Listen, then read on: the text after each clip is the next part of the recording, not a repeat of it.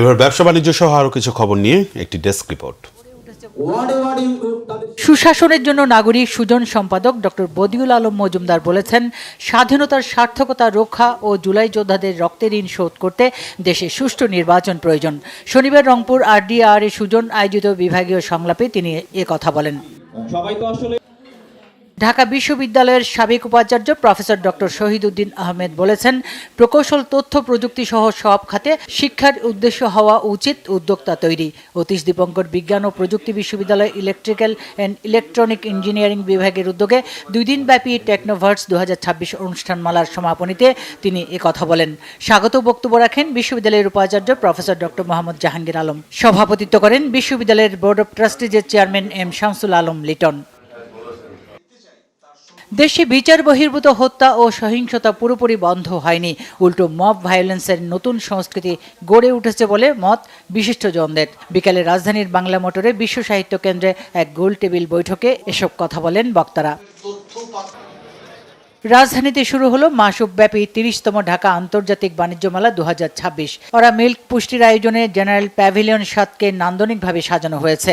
এই প্যাভিলিয়নে ওরা মিল্ক পুষ্টির পাশাপাশি দর্শনার্থীরা পাবেন সিলন চা, স্টারশিপের বিভিন্ন বেভারেজ পণ্য এবং আবুল খায়ের গ্রুপের স্ন্যাক্স ও ক্যান্ডি সামগ্রী। মেলায় দর্শনার্থীদের জন্য থাকছে বিশেষ অফার ও আকর্ষণীয় প্যাকেজ, যেখানে সাশ্রয়ী মূল্যে ওরা মিল্ক পুষ্টি সহ বিভিন্ন পণ্য কেনার সুযোগ ও দারুণ সব গিফট জেতার সুযোগ। এদিকে দর্শনার্থীদের মন ভালো করার প্রত্যয় নিয়ে পূর্বাঞ্চলে 30তম ঢাকা আন্তর্জাতিক বাণিজ্য মেলায় অংশ নিয়েছে ঢাকা আইসক্রিম ইন্ডাস্ট্রিজ লিমিটেডের ব্র্যান্ড পোলার আইসক্রিমের নান্দনিক প্যাভিলিয়ন। এবারও পোলার তাদের জেনারেল প্যাভিলিয়ন 14কে সাজিয়েছে বর্ণিল সাজে ও ব্যতিক্রমী ডিজাইনে। মাস জুড়ে পোলার আইসক্রিম প্যাভিলিয়নে রেগুলার সব মজার আইসক্রিমের পাশাপাশি দর্শনার্থীদের জন্য থাকছে নতুন অ্যামেজিং ফ্লেভারের এক্সক্লুসিভ সব আইসক্রিম, এক্সাইটিং বিয়ার গেমস, আইসক্রিম অভিযান ও বিভিন্ন অ্যাক্টিভিটিস সহ ফ্যান্টাসি কিংডম 50% ডিসকাউন্ট কুপন।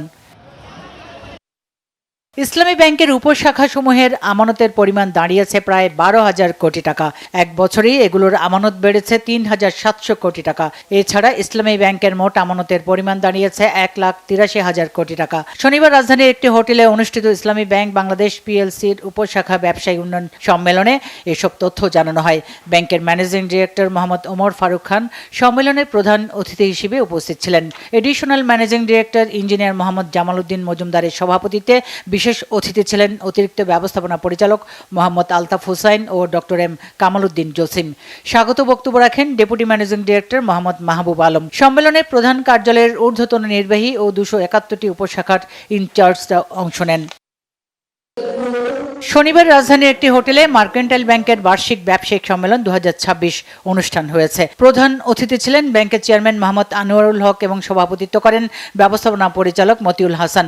সম্মেলনে ব্যাংকের 153টি শাখার প্রধান, 48টি উপশাখার ইনচার্জ, উপব্যবস্থাপনা পরিচালক, বিভাগীয় প্রধানরা সহ ঊর্ধ্বতন নির্বাহীরা অংশ নেন। বিশেষ অতিথি ছিলেন ব্যাংকের ভাইস চেয়ারম্যান মোহাম্মদ আব্দুল হান্নান, নির্বাহী কমিটির চেয়ারম্যান M A খান বেলাল, ঝুঁকি ব্যবস্থাপনা কমিটির চেয়ারম্যান মোহাম্মদ আব্দুল আউয়াল। ব্যাংকের ব্যবস্থাপনা পরিচালক মতিউল হাসান 2026 সালে ব্যাংকের সার্বিক লক্ষ্য অর্জনে গুরুত্বপূর্ণ দিক নির্দেশনা দেন। ঢাকা জেলা জাতীয়তাবাদী আইনজীবী কল্যাণ সমিতির উদ্যোগে সাবেক প্রধানমন্ত্রী বেগম খালেদা জিয়ার রুহের মাগফিরাত কামনায় দোয়া মাহফিল ও মতবিনিময় সভা হয়েছে সাভারে। ব্যাংক কলোনিতে অনুষ্ঠানে প্রধান অতিথি ছিলেন বিএনপির সহ পরিবার কল্যাণ বিষয়ক সম্পাদক ডাক্তার দেওয়ান মোহাম্মদ সালাউদ্দিন বাবু।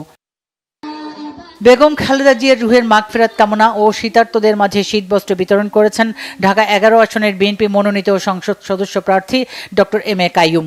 রাজধানীর ভাটারায় আয়োজিত অনুষ্ঠানে তিনি বলেন, পিছিয়ে পড়া মানুষের ভাগ্য উন্নয়নে কাজ না করলে দেশের কখনোই উন্নতি হবে না। গাজীপুরের কালিয়াকৈরে সাবেক প্রধানমন্ত্রী বেগম খালেদা জিয়া স্মরণে মিলাদ ও দোয়া মাহফিল হয়েছে। বরাবর এলাকায় এই অনুষ্ঠানে সভাপতিত্ব করেন জেলা যুবদল নেতা রিয়াজ মাহমুদ তালুকদার। প্রধান অতিথি ছিলেন গাজীপুরে 1 আসনে বিএনপি মনোনীত প্রার্থী মেয়র মুজিবুর রহমান। বাংলাদেশ দলিল লেখক সমিতি দিনাজপুর জেলা শাখার সম্মেলন হয়েছে। প্রধান অতিথি ছিলেন সমিতির chairman Alhaj M A Rashid. প্রধান বক্তা ছিলেন সমিতির মহাসচিব KS হোসেন টমাস। এতে দলিল লেখকদের 7 দফা দাবি মেনে নেওয়ার আহ্বান জানানো হয়। Bangla vision news desk.